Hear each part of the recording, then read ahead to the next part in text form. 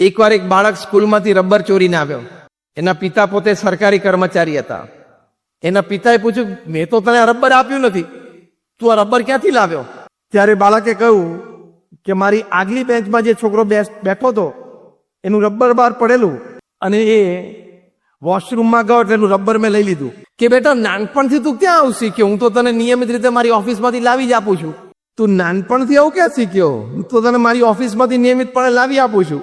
એટલે નીતિમત્તા અને પ્રામાણિકતા જો આપણામાં નહીં હોય તો આપણી આવતી પેઢીમાં પણ નહીં જ આવે. એ આપણું જોઈને જ શીખે છે. આપણે જેવા છીએ એ પ્રમાણે જ જોઈને શીખે છે. તમે વાતમાં ખોટું બોલો તો બાળકો પણ શીખવાના. હાર્વર્ડ યુનિવર્સિટીની એક સર્વે પ્રમાણે the first curse words that the children learn is from their parents and especially from their mothers. એટલે હાર્વર્ડ યુનિવર્સિટીના સર્વે છે કે પહેલી ગાળો બોલતા સંતાનો છે એ મા બાપ પાસેથી શીખે છે અને એમાં એની માતા પાસેથી શીખે છે.